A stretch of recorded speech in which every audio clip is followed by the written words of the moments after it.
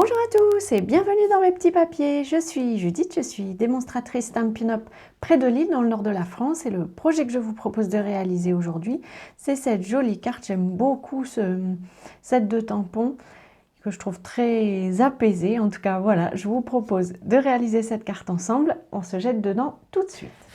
Ce que je voulais particulièrement vous montrer, c'était la mise en couleur du fond qui nous permettent de colorier quand même l'illustration. Moi, j'ai choisi de colorier mon illustration avec des Stampin' Blends. Donc, je vais tamponner mon image avec de l'encre Memento. J'encre bien mon tampon. Et puis, je dépose mon image. Hop, comme ceci. Ça me va très bien. Et puis, je vais le tamponner une deuxième fois sur un bloc de post-it. J'en fais une comme ceci et l'autre dans l'autre sens, comme ceci. Vous allez voir pourquoi tout de suite après. Ces deux images, on va les découper. Je vais refermer mon encre. Ces deux images, on va les découper. Celle-ci, je vais en fait seulement enlever le tour supérieur. Donc, je vais découper tout ça. Alors, je ne suis pas une grande experte avec une paire de ciseaux. Je suis plutôt maladroite. En tout cas, je ne sais pas découper des images très compliquées. Vous aurez peut-être remarqué, si vous avez déjà feuilleté le mini catalogue qui vient de sortir, on a aussi d'autres images qui sont très jolies, qui permettraient, bien entendu, si vous êtes plus doué que moi, avec une paire de ciseaux, d'utiliser la même technique. Par contre, les autres illustrations de ce set de tampons vont vous demander des petites découpes intérieures, ici, le bras, etc. Enfin voilà, ça c'est quelque chose que je ne me risque pas à faire, parce que, comme je vous dis, je ne suis pas vraiment douée en la matière. Je vais juste terminer de découper ma petite illustration. Je ne vais peut-être pas vous saouler pendant ce temps-là. Et je vous retrouve juste après. J'ai terminé mes deux découpes. Vous m'avez vu commencer celle-ci avec vous. Donc là, j'ai enlevé le dessus. J'ai gardé toute l'illustration et surtout le bas. J'ai essayé de faire une découpe un peu cohérente avec le début des marques sur la carte. Et puis pour l'autre, à l'inverse, j'ai enlevé, on va dire, la couverture. A priori, cette jeune personne est probablement installée sur son lit pour bouquiner tranquillement. Avec une brosse estompe, je vais ramasser de l'encre. Là, j'ai pris Piscine Party. Vous connaissez la technique. Je commence à l'extérieur pour éviter les grosses marques sur ma carte. Et puis, je vais venir brosser comme ça pour mettre un peu de couleur sur mon illustration. Ça, c'est quelque chose que j'aime beaucoup parce qu'après, quand on enlève le post-it, c'est un peu magique. On a vraiment des jolis effets. Alors, l'ancrage n'a pas besoin d'être très fort, très vif. C'est vraiment plus une ambiance ici qu'on installe. Hop, voilà. Et donc, on a bien notre illustration toute blanche. Et puis, je vais mettre le deuxième. Je place, je me repère avec ces chaussettes. Hop. Et puis, comme c'est juste la même illustration qu'on a tamponnée, ben, il s'agit juste de la reposer au même endroit. Voilà.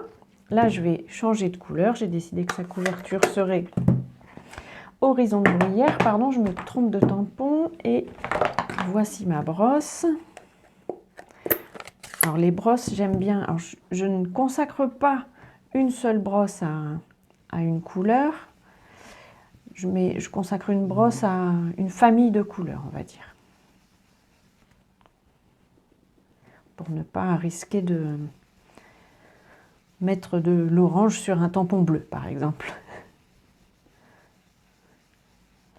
Je fais la même chose.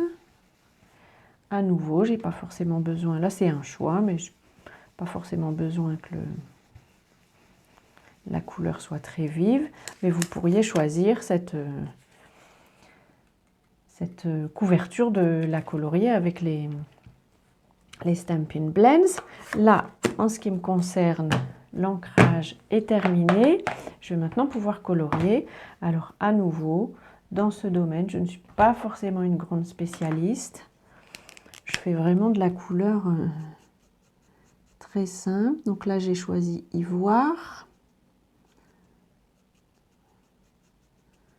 Voilà, pour sa main aussi. Alors, je ne vais peut-être pas vous montrer tout l'ancrage que j'ai choisi, mais j'ai choisi un bleu plutôt clair pour son pantalon. Je vais juste peut-être utiliser le pantalon pour vous montrer les principes que j'applique, mais à nouveau, je ne suis pas une grande artiste. Je mets d'abord un fond clair. Il faut bien détremper le papier hein, pour si vous voulez utiliser des jeux d'ombre et de lumière. Et puis je mets la couleur plus sombre aux endroits où, a priori, il doit y avoir des ombres. Et donc, par exemple, ici, puisqu'elle a une jambe sur l'autre, a priori, il doit y avoir de l'ombre, mais peut-être pas sur le dessus. Et ensuite, je reviens avec le clair. Et puis, je fais des petits effets comme ça, de ronds, ou des petites lignes. L'idée, c'est de bien mélanger la couleur claire et la couleur sombre. Voilà, je vais continuer ma mise en couleur. Et puis, je vous retrouve quand j'ai terminé ça pour qu'on fasse l'assemblage de la carte. Je vous retrouve avec mon illustration, mon coloriage terminé. Alors, ça a dû me prendre peut-être une petite dizaine de minutes, pas plus. J'ai choisi cette fois-ci, j'ai choisi des couleurs un peu différentes. J'avais envie, là, je trouvais qu'il y avait un peu trop de couleurs. Je m'étais un peu laissée aller. Là, tu es resté un peu dans les mêmes tons. Alors, voilà, vous voyez que quand on a bien mis en couleur, comme il faut bien détremper le papier pour que les couleurs se mélangent, pensez à mettre une protection en dessous de votre papier et de ne pas colorier directement sur un meuble coûteux parce que l'encre peut passer à travers. C'est déjà, je pense que ça arrive de temps en temps. Pour le souhait, j'ai choisi d'utiliser le même que ce que j'ai pris pour mon prototype. Mais, pardon, je me trompe, je voulais le faire en grappe gourmande. Hop, je vais essayer de tamponner droit. Hop. Ça me va. C'est peut-être pas d'une précision extraordinaire, mais ça ira. Je vais coller ça. J'ai préparé un matage pour le mettre en valeur. Et puis, pour changer de mon prototype, j'ai choisi d'embosser mon fond. Je vous mettrai, comme toujours, les mesures, même si ici, ce n'est pas le plus compliqué du projet. Mais je vous mettrai les mesures de la carte et puis les références des articles que j'ai utilisés. Et puis, comme toujours, vous pourrez cliquer sur le lien pour aller directement sur ma boutique si ça vous intéresse. Alors, sur cet embossage, en fait, on a des caractères. J'imagine que c'est de l'anglais. On voit Forever ici. Mais comme c'est censé être un papier, un vieux papier passé, forcément, on ne lit pas très bien le texte. Je pense que je vais mettre 6 mousses parce que quand même, l'espace est grand. J'ai une mousse qui a perdu sa protection ici. Alors, hop, je vais la mettre au milieu avant que ça se colle partout. Je vais utiliser la même disposition que sur mon prototype. Elle est assez simple. Vraiment, ce qu'on met en valeur dans cette carte-ci, c'est l'illustration mise en couleur. Moi, j'aime bien cette ambiance toute reposée. La phrase en français, donc c'est parfois le mieux à faire et de prendre une pause. Je pense que dans le tampon en anglais, c'est c'est même parfois le plus efficace, c'est de prendre une pause.